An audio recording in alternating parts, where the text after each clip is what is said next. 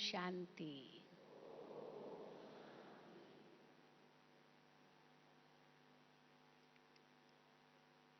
जब से हम बच्चे बाबा के बने, हमारा अलौकिक ब्राह्मण जीवन शुरू हुआ,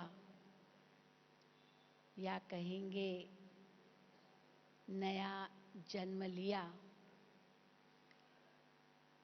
तो जन्म लेते ही बाबा ने हमें एक बहुत सुंदर सौगात भेंट की, और वो सौगात है दिव्य बुद्धि।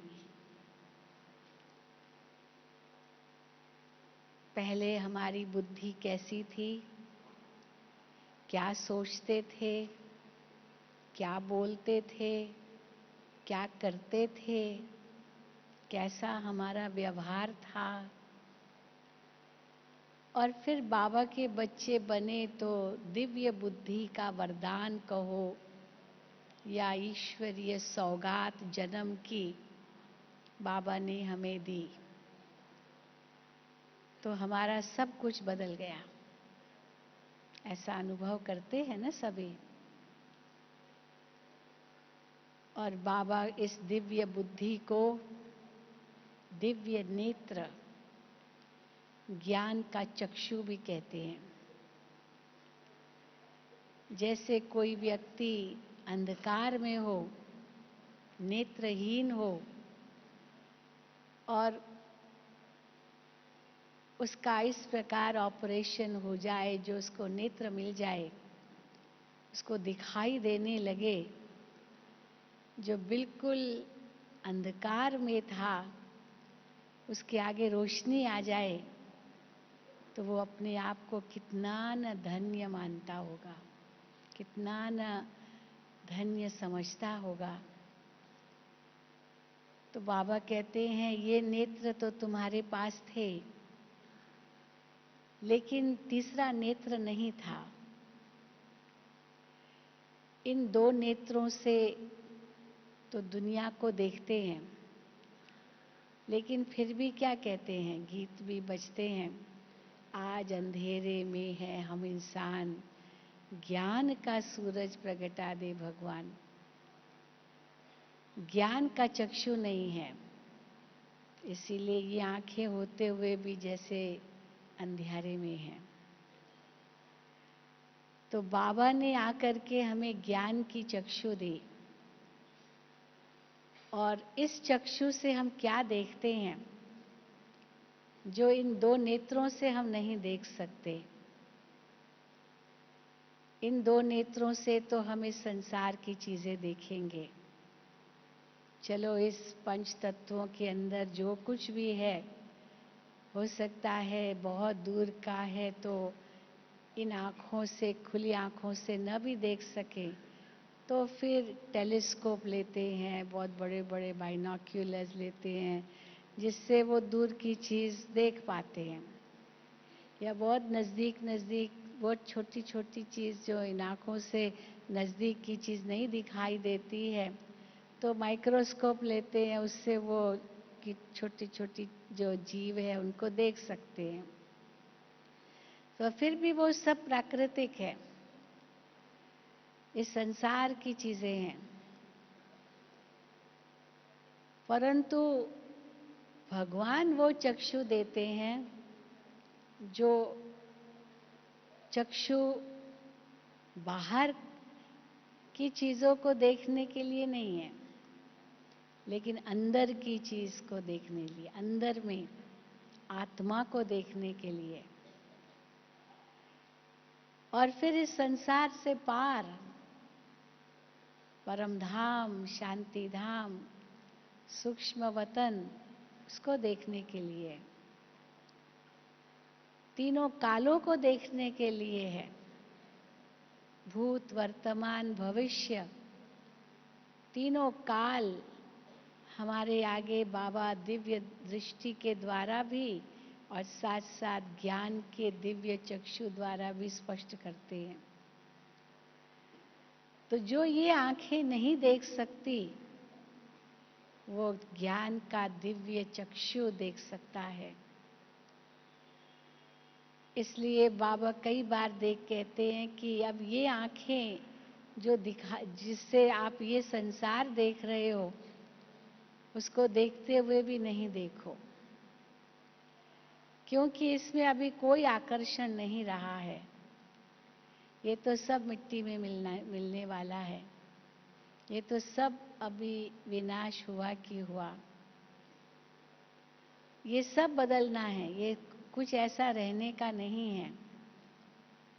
और ऐसे देखो, अगर देखना भी है, जैसे कि अभी गया कि गया, जैसे कोई डेड बॉडी आपके सामने हो, आत्मा तो निकल चुकी है, अब वो बाकी 5 तत्व का पुतला है, सामने दिखाई दे रहा है, लेकिन उसको हम कैसे देखते हैं? एक कोई जड़ चीज पड़ी है। चाहे कितना भी हमारा उनसे प्यार था, कितना भी गहरा संबंध था, लेकिन उनको अलविदा तो करना ही पड़ता है, न चाहते हुए भी, क्योंकि समझते हैं कि अब ये तो कोई काम का नहीं रहा। तो इसी प्रकार बाबा भी हम बच्चों को कहते हैं कि बच्चे, अब ये कलयुगी दुनिया कोई काम की नहीं रही।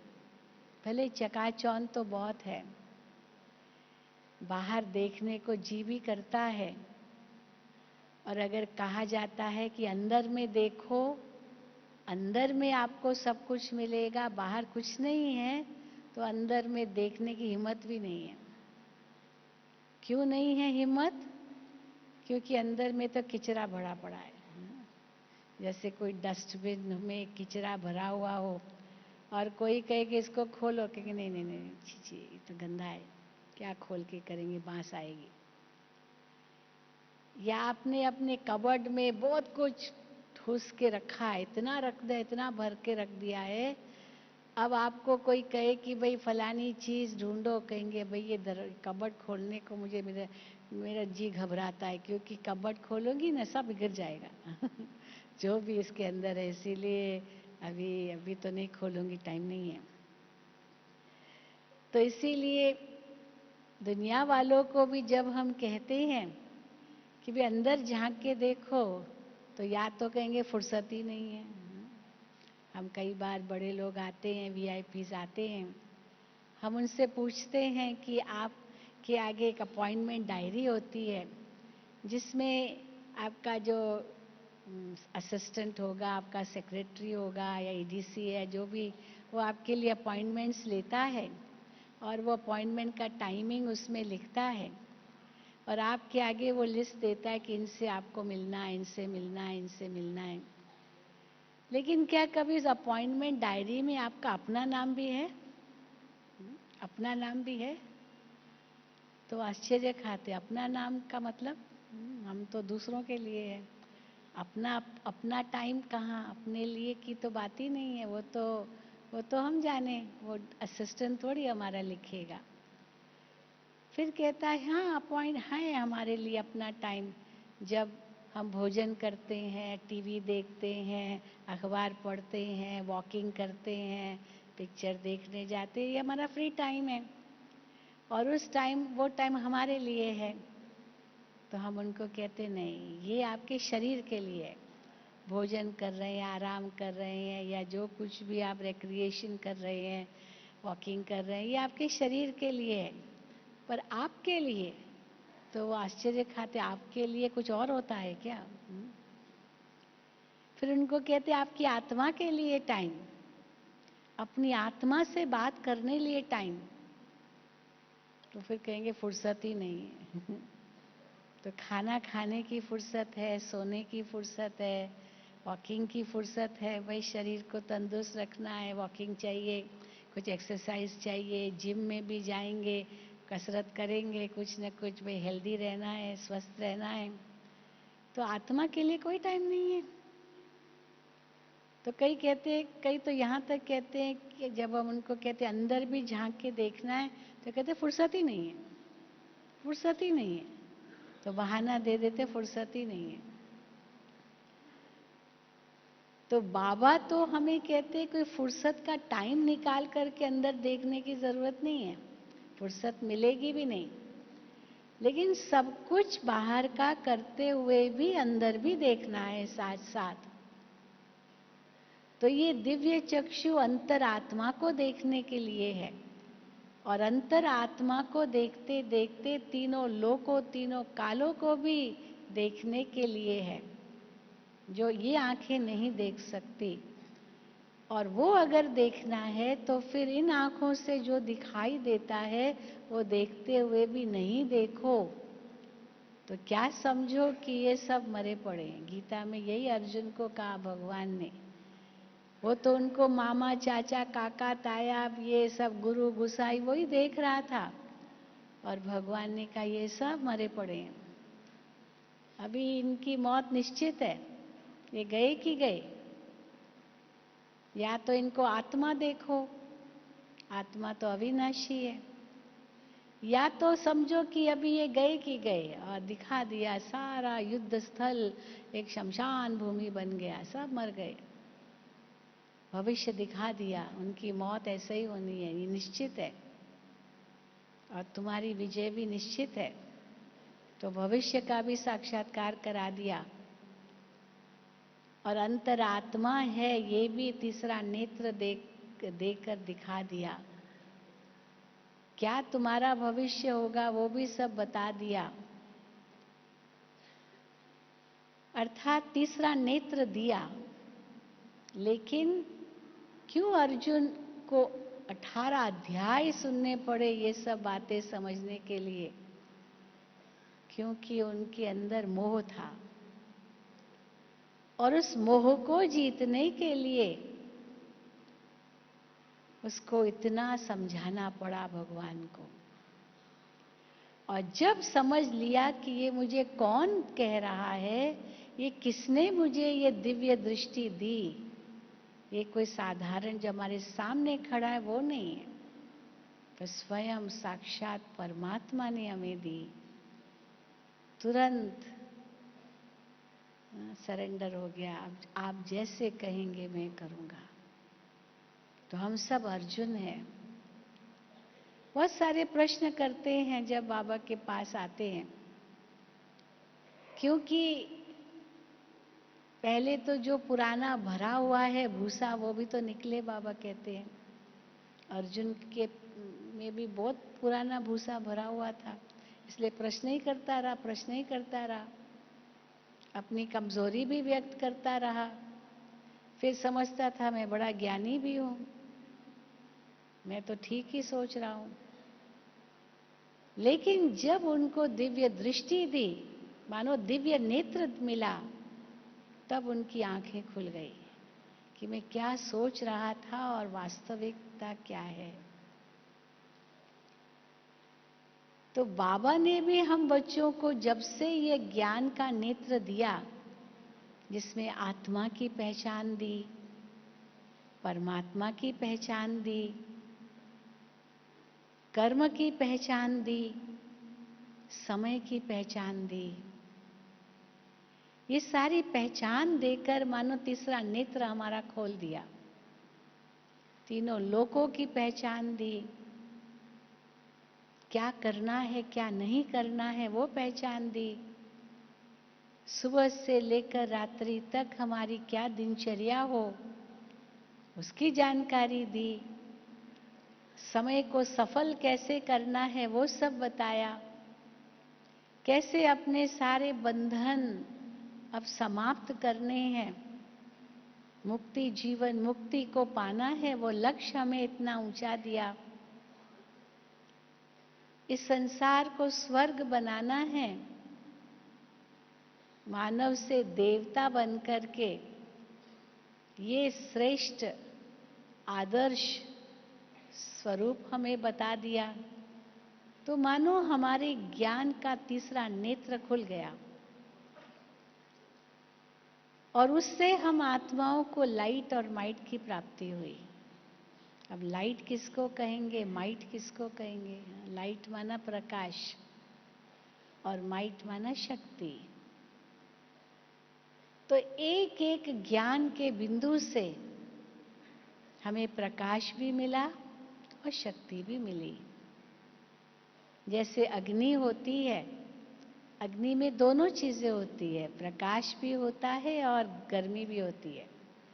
कहीं अग्नि जलाओ तो उसी समय प्रकाश होने लगेगा और गरम सेक भी आने लगेगा, क्योंकि अग्नि में दोनों चीजें हैं। तो इस ज्ञान के तीसरे नेत्र से कौन सा प्रकाश आया और कौन सी शक्ति मिली, कौन सा तेज मिला, जो पहले हमें नहीं पता था, ढूंढ रहे थे। बाबा ने हमें कैसे भटकने से छुड़ा दिया, ब्रह्मा बाबा को कैसे छुड़ा दिया। ब्रह्मा बाबा भी बड़े भक्त थे, विष्णु की भक्ति के बिना कुछ और कदम उठाते नहीं थे। बिना नागा, रोज नित्य मुंह जूठा किए बिना स्नान पानी करके पहले गीता का पाठ करते थे। ये उनका पक्का नियम था। लेकिन फिर भी ढूंढते थे। कोई मंदिर नहीं छोड़ा होगा बाबा ने। सत्यता की खोज थी। उसके लिए कितने गुरु किए। कई बार बाबा बताते हैं कि दुनिया में तो कोई गुरु करता है ना, तो वो समझता बस मेरा एक ही गुरु है, बस गुरु एक ही है। अगर उनको कोई कुछ ज्ञान देगा कि नहीं मैंने गुरु किया हुआ है, बस माना उसको और कोई जरूरत नहीं है। लेकिन बाबा ने तो 12 गुरु किए। तो किसने मेरे से प्रश्न किया कि वैसे तो एक ही गुरु करते, 12 गुरु क्यों किए।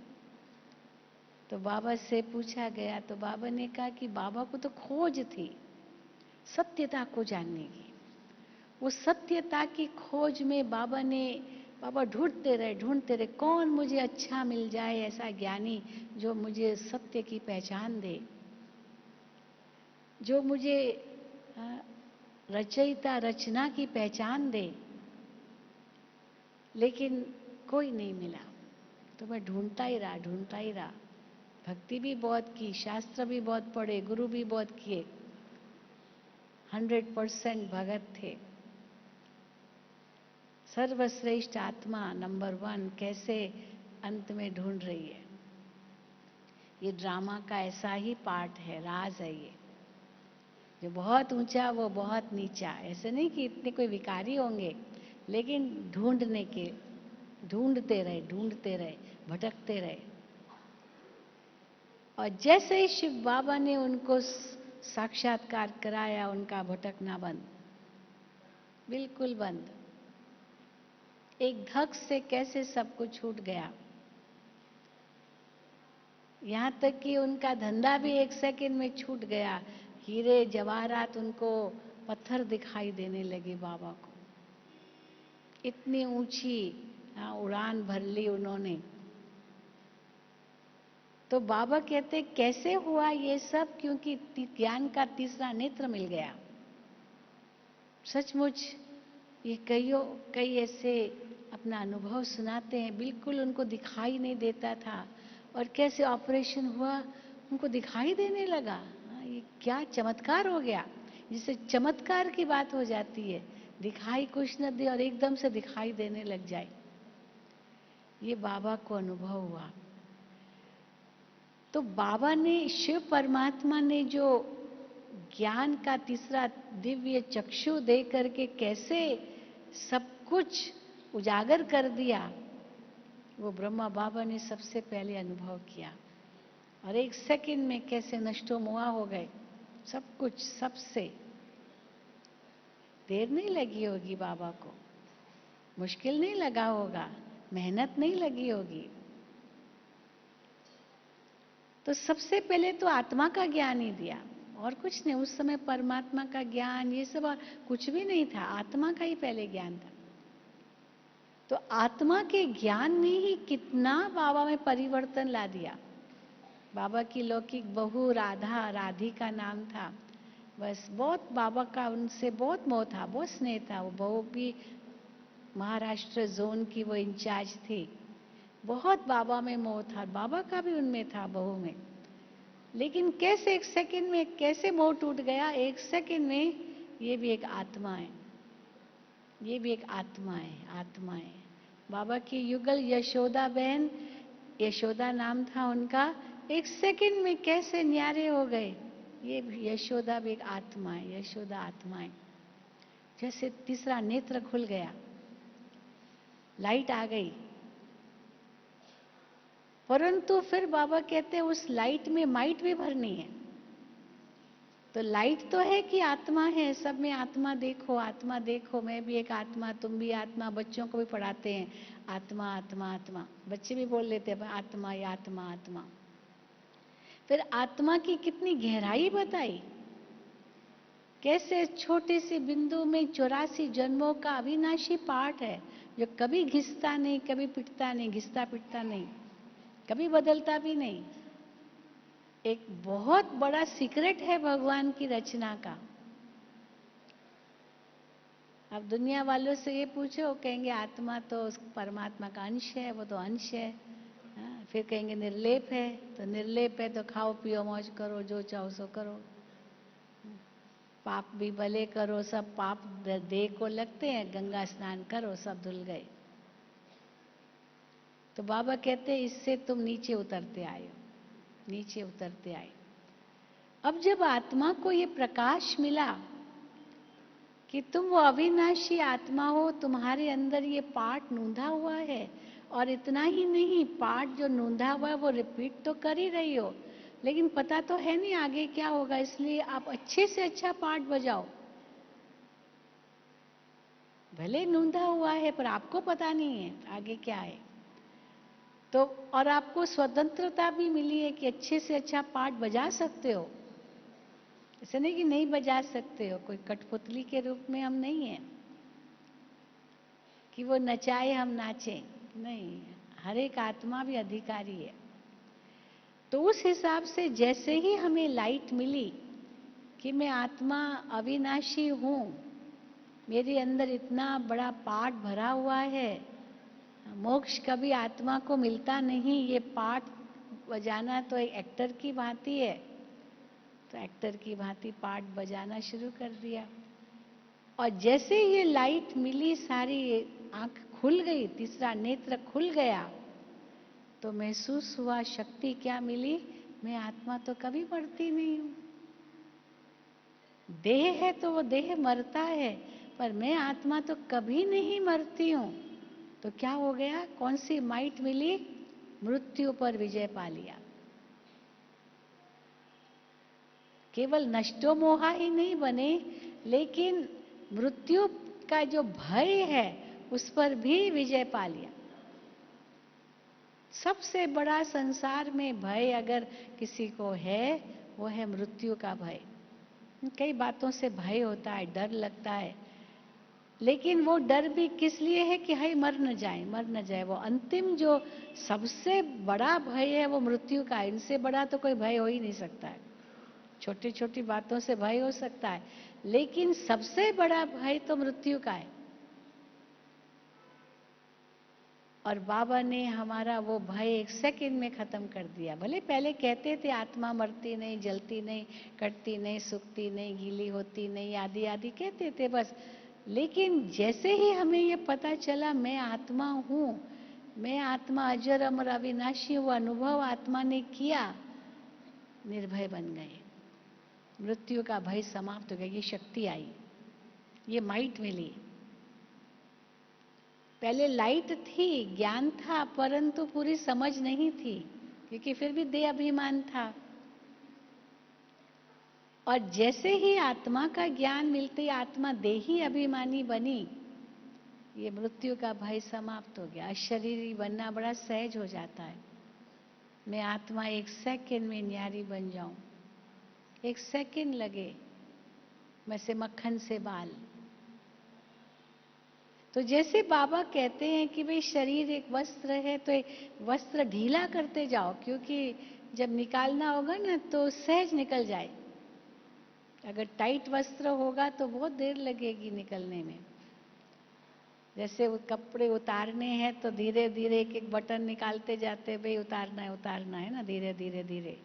और फिर एकदम जब निकालना है फट से हो जाएगा, क्योंकि ढीला तो कर ही दिया था। तो ये भी जो देही अभिमानी स्थिति हम आत्माएं बनाती जाती है, योग में बैठते हैं, मैं आत्मा हूँ, उड़ती कला का अनुभव करती हूँ। ये उड़ती कला का अनुभव, मैं आत्मा इस देश से न्यारी हूँ, मैं बाबा के पास जा रही हूँ, वतन में जा रही हूँ, ये अनुभव हमें देही अभिमानी बनाता जाता है और हमें न्यारा करता जाता है। तो जिस समय सचमुच आत्मा को देह त्याग करना होगा, 1 सेकंड भी नहीं लगेगा, मक्खन से बाल हो जाएगा। पर जिन्होंने ये अभ्यास ही नहीं किया है उनको तो बहुत कष्ट होगा, इसलिए मृत्यु का डर लगता है। क्यों मृत्यु का डर लगना चाहिए? वास्तव में मृत्यु तो कुछ नहीं है, ये तो वस्त्र बदलना है।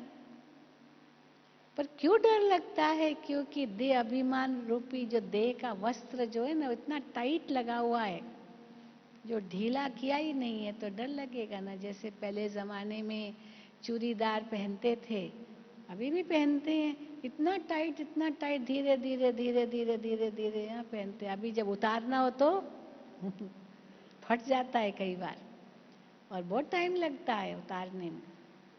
पर ढीला पैजामा पड़ा है, फट से उतार सकते हैं ना, फट से उतार सकते हैं। तो ये देही अभिमानी स्थिति माना देह रूपी वस्त्र को ढीला करते जाओ। हाँ, छोड़ तो नहीं सकते हैं, लेकिन इतना ढीला, ऐसा ढीला हो जाए जो जब चाहो 1 सेकंड में आत्मा न्यारी बन जाए, और उस खुशी खुशी से न्यारी बने, नहीं डर के न्यारी बने, जबरदस्ती नहीं, खुशी खुशी। मैं आत्मा तो हूं ही इस देह से अलग। तो मृत्यु का भय तो 1 सेकंड में खत्म हो जाता है, क्योंकि मैं तो आत्मा हूं। ये अभ्यास करते रहना तो शक्ति आती जाएगी। फिर दूसरा क्यों डर लगता है मृत्यु से? क्योंकि वस्तुओं में इतना मोह होता है, ये मेरा मेरा मेरा मेरा। दुनिया में तो मेरा मेरा ही लगा पड़ा है, जहां जाओ मेरा मेरा मेरा ही है। मेरा के सिवाय तो और कुछ है ही नहीं, जैसे कि मेरा ही है। कभी नहीं कहेंगे ये तेरा ही, मेरा है। हाँ, भले मेरा न भी होगा तो भी किसी न किसी बहाने से मेरा ही बनाना है मुझे। तो जहां ये मेरा मेरा मेरा आया, फिर अंत में जब कुछ यहीं छोड़ के जाना है तो कैसे छूटेगा? वो मेरा मेरा तो छूटता नहीं है, न मैं छूटता है, न मेरा मेरा छूटता है। हाँ? दोनों ही पकड़ के रखा है दोनों ने आत्मा को। और बाबा कहते मेरा कुछ भी नहीं, कुछ भी नहीं मेरा, ये देह भी मेरी नहीं। ये अभ्यास चाहिए, ये अभ्यास, तब आत्मा को शक्ति मिलेगी। मैं कुछ भी नहीं लाया हूं, न कुछ ले जाऊंगा। 1 सेकंड में न्यारे बन सकते हैं। और उसका बहुत सुंदर बाबा मिसाल देते हैं, कछुए का मिसाल देते हैं, या पक्षी का मिसाल देते हैं। ये आत्मा के साथ लगते हैं। कछुआ क्या करता है? जब भी देखता है कोई ऐसी बात आ गई, विघ्न आया, झट से अपने अंदर में अंग ले लेगा, अपने को सेफ रखेगा। ऐसे ऐसे कछुए भी देखे हैं, इतने बड़े बड़े 500 साल तक कछुए जीते हैं, क्योंकि उनका अंदर का बॉडी का मेटाबॉलिज्म बहुत स्लो है। तो आप सोचो उनका जो हृदय होगा 500 साल तक जीता है। सबसे बड़ी आयु कछुओं की होती है, इंसान की तो उससे तो बहुत कम है। अब जो 500 साल तक वही दिल धड़के तो कितना शक्तिशाली होगा। और इतना उनका ऊपर से वो हार्ड शेल होता है, जो वो उनका कवच जैसा, उसके ऊपर ट्रक भी चला जाए ना तो भी वो मरते नहीं है। और सर्प का बाबा मिसाल देते हैं, कैसे खाल उतारता है। तो आत्मा, अगर कोई सामने कोई बात है, 1 सेकंड में न्यारे बन जाओ, न्यारे बन गए। मैं मेरा 1 सेकंड में खत्म हो जाए। न्यारा बनना माना मैं मेरा खत्म। तब न्यारे कहलाएंगे। क्योंकि मैं मेरा तो आत्मा तो मैं अकेली हूँ, बस बाबा साथ है। इसलिए बाबा कहते हैं मैं कहने की आदत है ना, तो उस समय क्या कहो, मैं आत्मा, मैं आत्मा, मैं भले कहो पर आत्मा।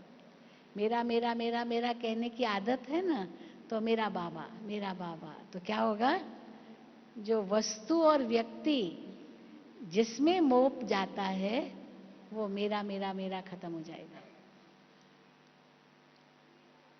तीसरी बात, हाँ, क्यों मृत्यु का भय लगता है? क्योंकि मैं मेरा मेरा मेरा मेरा करते तो डर लगता है, मुझे छोड़ना पड़ेगा, मुझे छोड़ना पड़ेगा, मुझे छोड़ना पड़ेगा।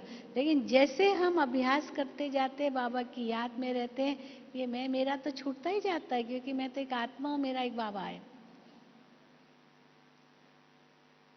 फिर तीसरी चीज जो जिससे वो डर लगता है, मृत्यु का डर क्यों लगता है?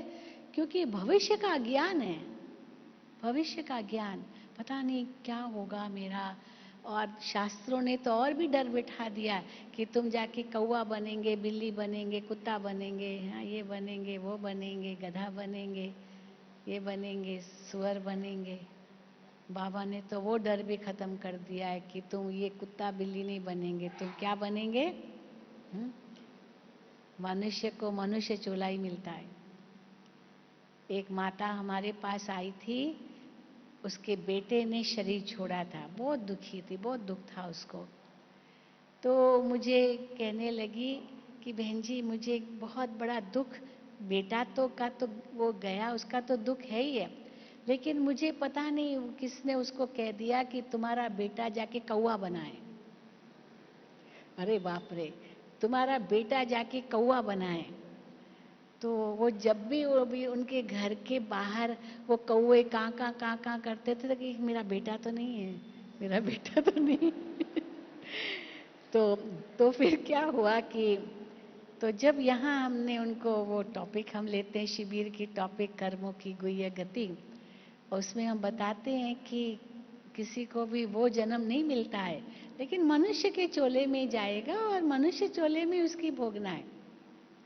तो ये बात उसको इतनी अच्छी लगी, तो बाद में मुझे कहा मैं बहन जी 5 मिनट आपसे लेना चाहती हूँ। तो ये कहा कि मुझे तो इतना डर बैठ गया कि मेरा बेटा कौवा बन गया है। तो यहाँ तो आप कहते हो कौवा नहीं बनते बहन जी, नहीं बनते। हमने कहा बिल्कुल नहीं बनते, आप निश्चिंत हो जाओ। तो इतना उसको जैसे सुकून मिला अंदर कि ठीक है, वो आत्मा जहाँ भी गई मनुष्य चोले में ही है।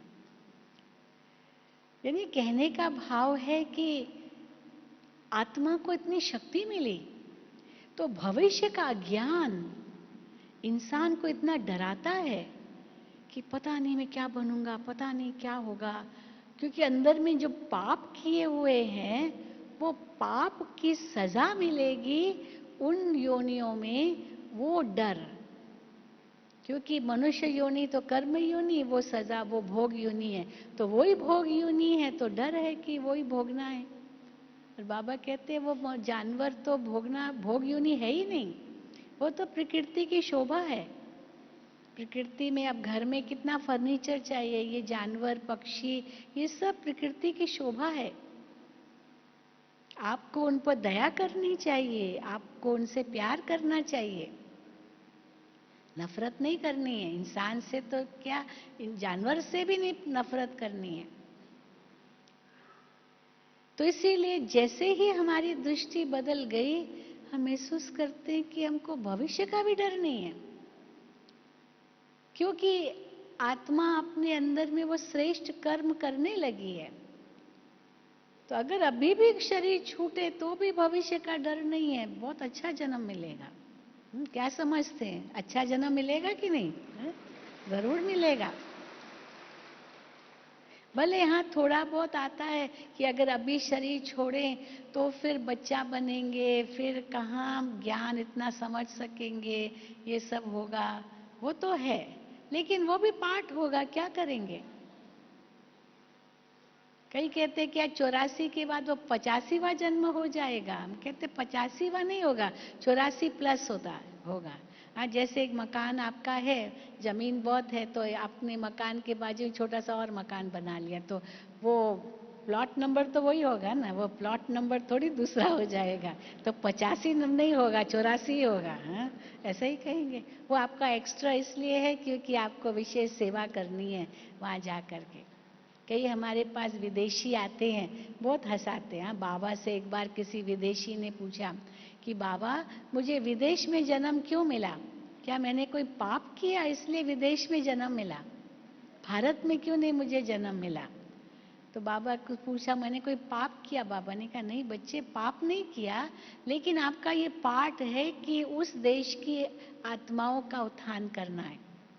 क्योंकि भारत वाले तो वो भाषा आपकी जानेंगे नहीं, तो वो भाषा कौन सीखे? आप वहीं जन्म लेंगे तो उस भाषा अनुसार आप अपने देश के लोगों का उत्थान कर सकते हो, ज्ञान दे सकते हो। तो मान गई, बहन थी। तो फिर कहती, अच्छा बाबा, ये परंतु ये एक ही जन्म लिया या कई जन्म लिए वहाँ? तो बाबा ने कहा, एक ही जन्म है, अब बाकी तो भारत में ही थी। वो भी है कि कितने जन्म लिए, क्योंकि ज्यादा जन्म विदेश में लिए माना कोई ज्यादा पाप किया होगा। हाँ, कैसे वो समझते। और भारत वाले दुनिया में क्या सोचते हैं, विदेश में जन्म लेते तो बहुत अच्छा होता, भारत में दुख है। लेकिन जो बाबा के बच्चे विदेश में हैं, वो समझते हैं भारत में हमने जन्म क्यों नहीं लिया, वहां क्यों जन्म लिया। देखो इतना अंतर है। वो अपने आप को आदि भारतवासी मानते हैं, क्योंकि सतयुग के देवता ही है ना। लेकिन चलो बाद में दूसरे धर्म में कन्वर्ट हो गए, तो उनको ये चिंता है कि क्यों कन्वर्ट हो गए, हम क्यों कन्वर्ट हो गए, क्या हमने कोई पाप किया जो कन्वर्ट हो गए? तो बाबा कहते नहीं, वहां सेवा करनी है इसीलिए कन्वर्ट हो गए। देखो कितना वो अपने लिए नेगेटिव सोच, और बाबा ने इसको कितना पॉजिटिव कर दिया। तो इसलिए बाबा के बच्चों को तो भविष्य का भी डर नहीं है, जो होगा अच्छा ही होगा। इसलिए जब भी कोई शरीर छोड़ते हैं ना, तो उस समय हम मधुबन में ले आते हैं बॉडी को, यहाँ शरीर छोड़ते हैं ग्लोबल हॉस्पिटल में। कईयों की तो अंदर में यही इच्छा होती है, मैं शरीर छोड़ तो मधुबन में ही छोड़ूं। यहाँ तक अपनी इच्छा प्रकट करते हैं। एकदम आएंगे, कहेंगे बस मुझे तो मधुबन में शरीर छोड़ना है, मधुबन में शरीर छोड़ना है। जब उनको घर में कहेंगे तुम मत जाओ, तुम्हारी तबीयत ठीक नहीं है, तुम नहीं जाओ, हाँ इतनी यात्रा करोगे, नहीं मुझे तो मधुबन में ही शरीर छोड़ना है। इसलिए जबरदस्ती भी उनको आना ही है। और सचमुच बाबा उनकी इच्छा पूरी कर देता है, और वो यहीं छोड़ देते हैं शरीर। फिर तो वो कहते कितना भाग्यशाली है, इसकी इच्छा पूरी हुई। लेकिन सचमुच देखा जाए कि यही स्थिति है कईयों की, और उनको ये लगता है कि बस मधुबन में शरीर छोड़ा ना माना हमारा कल्याण ही कल्याण है। हाँ, जो भी होगा कुछ भी होगा। परंतु डर नहीं है। डर किस बात का, रोना किस बात का? न जाने वाले को रोना, न जिसका गया उसमें रोना। रोने की तो बात ही नहीं है। इसलिए जैसे ही हमें ये लगता है कि अरे इस भविष्य भी हमारा बहुत उज्जवल है, तो हम वही उस समय ही, जैसे जब शब्द दो शब्द बोलने होते तो यही कहते, ये आत्मा जहां भी जाएगी बाबा की बहुत सेवा करेगी। बहुत ऊंची भाग्यवान आत्मा है ये, और जितनी सेवा की उतना पुण्य जमा करके गई। इसलिए बाबा कई बार कहते अपनी हर घड़ी अपनी अंतिम घड़ी समझो, इसलिए टाइम वेस्ट मत करो। व्यर्थ बातों में अपना समय, श्वास, संकल्प शक्ति व्यर्थ मत करो, क्योंकि पता नहीं किस समय कुछ क्या हो जाए। लेकिन ये निश्चित है कि भविष्य हमारा बहुत ऊंचा है, क्योंकि आत्मा ने पुण्य कर्म किए हैं। पाप की सजा का डर नहीं है, क्योंकि अंत में बहुत डर लगेगा पाप की सजा का। और दूसरी बात, चौथी, ये पहली बात कि दे अभिमान, दूसरी बात कि मोह, तीसरी बात सजा, और ये चौथी फिर और बात आती है कि अकेलापन। कितना भी आप उस मरते व्यक्ति को कहो भगवान को याद करो, भगवान को अब याद करो, अब जिसने सारी उम्र ईश्वर का नाम भी नहीं लिया, मान लो, पैसा पैसा पैसा पैसा, ये यहाँ ये मेरे, मैं मेरा, मैं मेरा में ही रहा, अब अंत में उसको भगवान याद आएगा? आएगा कभी? सोचो, आएगा? कभी नहीं। और शिव बाबा ने देखो हम बच्चों को कैसे न्यारा भी कर दिया, और अंत में बाबा के सिवाय तो कोई याद आएगा ही नहीं। क्या सोचते हो आप लोग? बाबा के सिवाय कोई और याद आएगा? बिल्कुल नहीं। तो क्यों डर लगता है? अकेलापन। हाय अकेला जाऊंगा, अकेला, क्योंकि कोई साथ तो चलने वाला नहीं है। तो अकेलापन डराता है इंसान को। एक तो अंधियारा, भविष्य का अंधियारा है। दूसरा अकेला, कोई अंधेरे रास्ते पर अकेले जाए, कितना डर लगता है।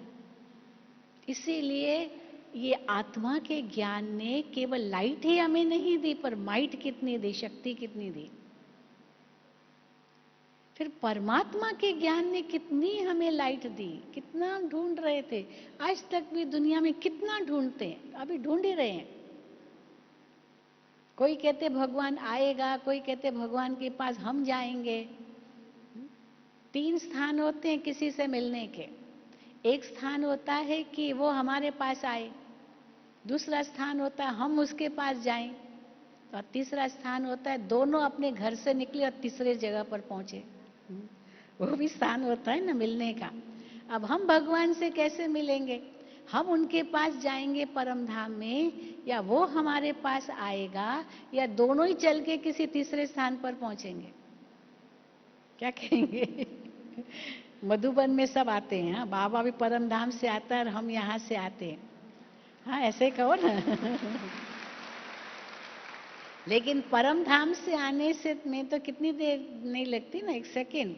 अब हमको कोई 2 दिन लगा कर आए होंगे, कोई 3 दिन भी लगा कर आएंगे। नेपाल से जो आते हैं ना, वो तो कितना 3-3 दिन 3-3 रात लगा के आते हैं, ट्रेन में आते हैं तो।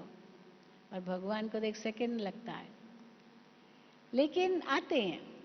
परंतु प्रश्न उठता है कि क्या हम मुक्ति में जाएंगे या वो आकर के हमें ले जाएगा? क्योंकि हम तो जा ही नहीं सकते, आत्मा के पंख तो टूटे हुए हैं।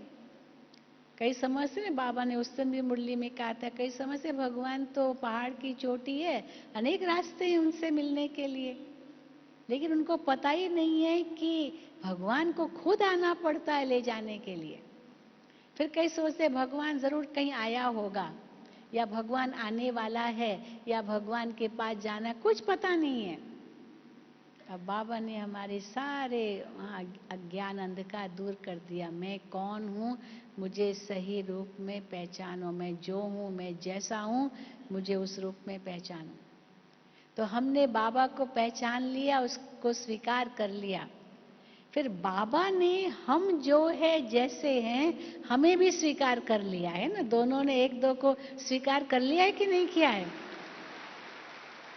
या हम कहेंगे बाबा को, बाबा आप तो बहुत महान हो, हम तो अभी तक नहीं है, माना हम, बाबा हमें कैसे स्वीकार करेगा? लेकिन नहीं, बाबा ने हमें स्वीकार कर लिया है।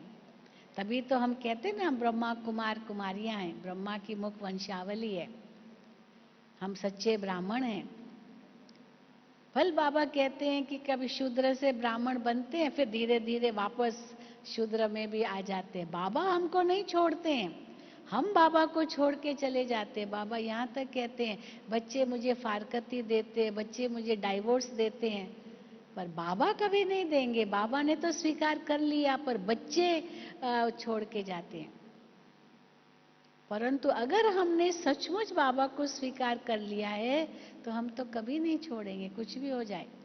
फिर वो गीत याद आता है, चाहे मारो चाहे प्यार करो, हम तेरे द्वार से जाएंगे नहीं। तो इसीलिए यही पक्का इरादा हो कि हमने भगवान को पहचान लिया और भगवान ने भी हमें पहचान लिया है। और यही बाबा कहते हैं, बच्चे तुम तो मेरे वही कल्प पहले वाले बच्चे हो। तो देखो, लाइट भी आ गई, माइट भी आ गई बाबा को पहचानने से। फिर सृष्टि चक्र का ज्ञान, आदि मध्य अंत का ज्ञान पाने से कितनी लाइट आ गई।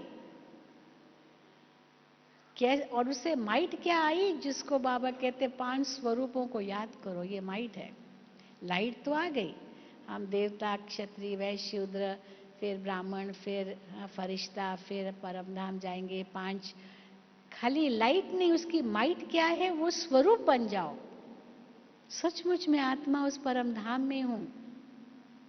फिर मैं कैसे देवता का स्वरूप बनी, फिर मैं पूज्य स्वरूप द्वापर युग में आई, कैसे भगत लोग मेरी पूजा कर रहे हैं। अब कैसे मैं ब्राह्मण हूं, हर शुभ कार्य में ब्राह्मण की आवश्यकता होती है। मैं वही सच्चा ब्राह्मण हूं, ब्रह्मा की मुख वंशावली हूं। मैं ही फरिश्ता बनूंगा, मैं ही फिर वापस बिंदु बन जाऊंगा। तो वो 5 स्वरूपों की स्मृति, फिर उस स्मृति से समर्थी, यही स्थिति है जिसको कहेंगे लाइट और माइट। तो सृष्टि चक्र के ज्ञान से क्या हमें लाइट मिली, कैसे हम उसकी माइट लेते हैं, शक्ति लेते हैं, वो स्वरूप बन जाते हैं। और फिर ड्रामा, हाँ, सृष्टि चक्र का ज्ञान और ड्रामा का ज्ञान में क्या अंतर है तो वही चीज, लेकिन ड्रामा माना रेपिटेशन, हूबहू। इस ड्रामा के राज ने, बाबा ने जैसे हमारे लिए इमरजेंसी एग्जिट खोल दिया है। हाँ, जैसे आप जानते हैं कोई कहाँ किसी बस में, ट्रेन में, फ्लाइट में इमरजेंसी गेट्स होते हैं, इमरजेंसी खिड़कियां होती है, दरवाजे होते हैं। अगर कहीं आग लग गई, यहाँ कुछ ऐसा हुआ कुछ कहीं, तो वो इमरजेंसी गेट को तोड़ते हैं या दरवाजे को या खिड़की को, और वो या दरवाज़ा, वो इमरजेंसी होता है, वो ऐसे नहीं खोलेंगे, केवल इमरजेंसी के समय खोलेंगे। विदेशों में तो इमरजेंसी वो सीढ़ियाँ भी है, फायर एग्जिट कहते हैं उसको, कई चीज़ें हैं। वो ऐसे दरवाज़ों में हम बिल्कुल खोल नहीं सकते जब तक वो कोई आग वाग न लगे। तो भगवान ने ये जो ड्रामा का हमें ज्ञान दिया है, ये इमरजेंसी एग्जिट का ज्ञान दिया है। कैसे है इमरजेंसी एग्जिट? कितनी बातें आती है, ये क्यों हुआ, ये कैसे हुआ, ये कहाँ हुआ, कब हुआ, क्या क्या क्या, क्यों ये, इसको नहीं होना चाहिए था, ऐसे नहीं होता तो ये नहीं होता, ये होता तो ये नहीं होता। इतना सोच लेते, इतना सोच लेते, इसकी जिसकी कोई ज़रूरत नहीं, हो गया ना। तो इमरजेंसी एग्जिट क्या है उसका? इमरजेंसी दरवाज़ा बाहर निकलने का इन व्यर्थ बातों से, ड्रामा। एक शब्द आपको उषा बहन ने चाबी दी, वहां की चाबी, वो मास्टर की है, तब ये दूसरी चाबी मैं आपको दे रही हूं। हाँ, ड्रामा की चाबी। ड्रामा की चाबी ऐसी है, जैसे लगाओ सारा व्यर्थ खत्म, सब व्यर्थ खत्म हो जाएगा। कुछ भी सोचने की जरूरत ही नहीं है, क्योंकि वापस तो आएगा नहीं। हाँ, अगले कल्प में फिर आएगा जरूर। और इस ड्रामा में एक तो नथिंग न्यू, ऐसा ही होना था। और दूसरा, ड्रामा की ये विशेषता है कि जो कुछ भी होता है उसमें कुछ कल्याण है, कल्याण है। बिना कल्याण के इस ड्रामा में कुछ है ही नहीं। लेकिन उस समय हो सकता है वो कल्याण हमको दिखाई नहीं दे रहा है, लेकिन है जरूर। वो तो बाबा जाने, बाबा जाने। इसलिए बाबा जाने, बाबा को जो करना उसमें कल्याण है, ये समझ करके हम बिंदु लगा देंगे, आगे कुछ भी नहीं सोच सकते, वो तो हो गया। तो हमारा समय, श्वास, संकल्प शक्ति कितना बच जाता है, कितनी शक्ति आती है आत्मा को। नहीं तो हम देख रहे हैं दुनिया में लोग पागल होते जा रहे हैं, डिप्रेशन के मरीज बनते जा रहे हैं, युवा पीढ़ी। क्योंकि इतना नेगेटिव सोच लेते, इतना नेगेटिव सोच लेते, क्या का क्या सोच लेते हैं जिसकी कोई जरूरत नहीं है। सोचने से क्या होगा, और ही शक्ति खत्म हो जाएगी। तो जो कुछ होगा, होना है, ये कल्याणकारी है। मुझे याद है एक बार साकार बाबा ने क्लास में एक बात कही थी, बच्चे जो समझते मैं त्रिकालदर्शी हूं वो हाथ उठाए। तो सब ने हाथ उठाया। मैं त्रिकालदर्शी। बाबा कहते तुम त्रिकालदर्शी हो, तीनों कालों को जानते हो। तो बाबा ने एक बच्चे को हाथ बुलाया आगे, कहा बच्चे तुम समझते मैं त्रिकालदर्शी हूँ? तो कहा हाँ बाबा, हाँ हूँ। तो बाबा ने कहा अच्छा बताओ बेटा, बच्चे कल क्या होगा पता है? तो कहता है नहीं। अब कल क्या होगा ये पता ही नहीं, फिर त्रिकालदर्शी कैसे हो? कैसे है त्रिकालदर्शी भी? कल क्या होने वाला है आप कहेंगे, हाँ बाबा आएंगे, ये मतलब कई बातें आप कहेंगे, लेकिन अचानक कुछ भी हो सकता है जो कोई सोच में भी नहीं था, मन न चित तो भी हो सकता है, वो तो सोचा ही नहीं था तो भी हो गया, तो त्रिकालदर्शी तो नहीं हुए ना। तो वो बेचारा बेचारा जवाब कैसे दे? फिर दूसरे दूसरे को बोला, आप बताओ आप त्रिकालदर्शी हो? वो थोड़ा ज्यादा समझदार था, उसने कहा हाँ बाबा। तो कहा कैसे, कल क्या होगा बताओ? तो कहा बाबा जो भी होगा अच्छा ही होगा।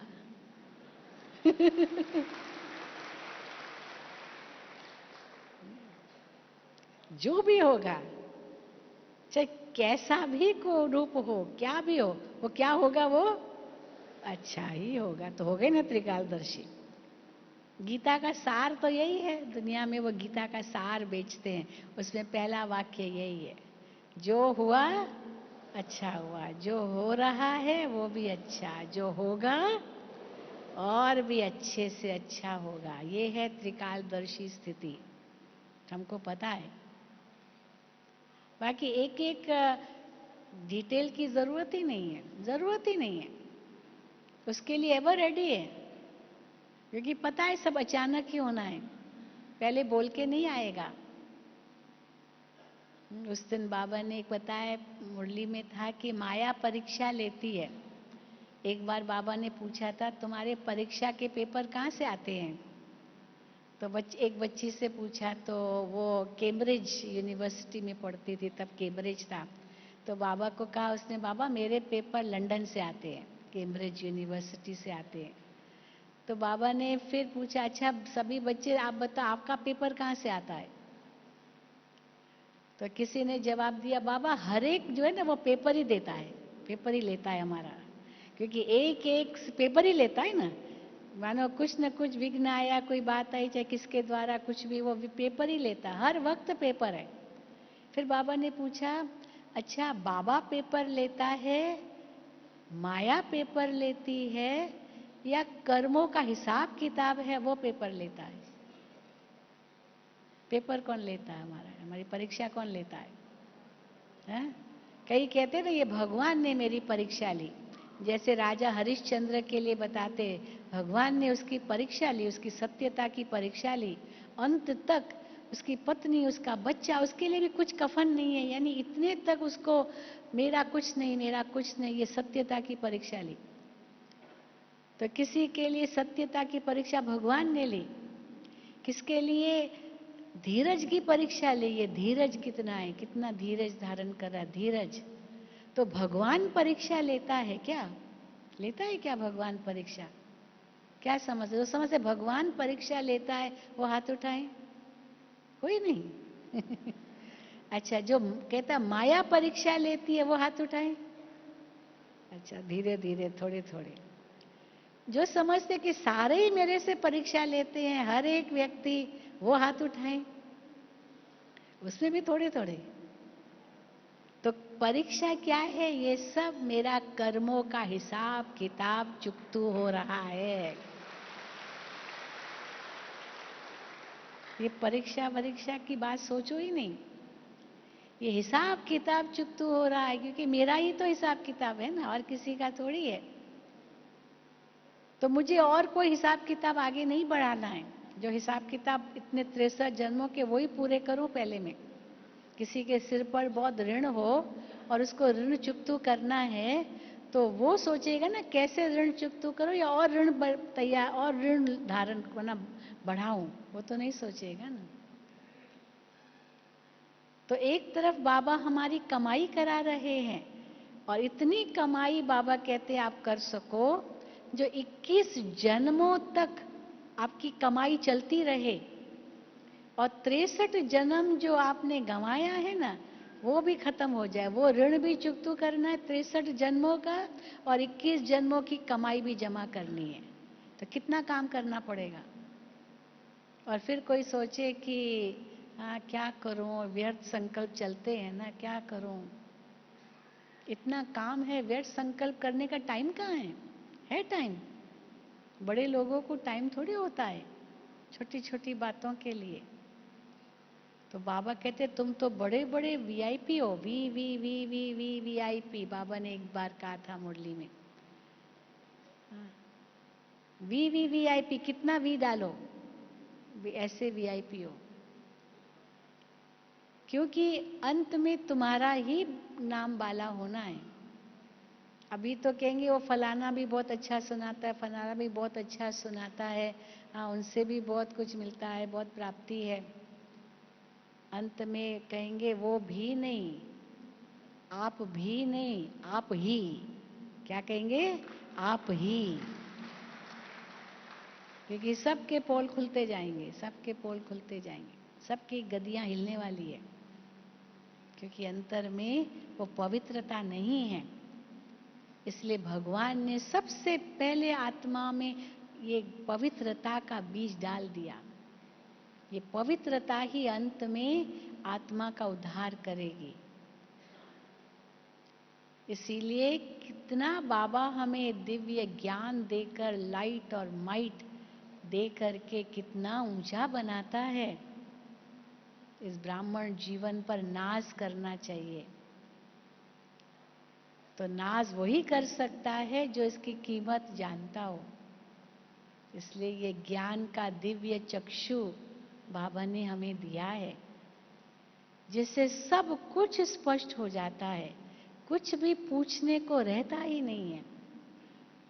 अब ऐसे सच्चे ज्ञानी तो आत्मा बाबा के बच्चे हम बन जाएं, तब हम बाबा का नाम बाला कर सकेंगे। अच्छा, ओम शांति, ओम शांति, ओम शांति।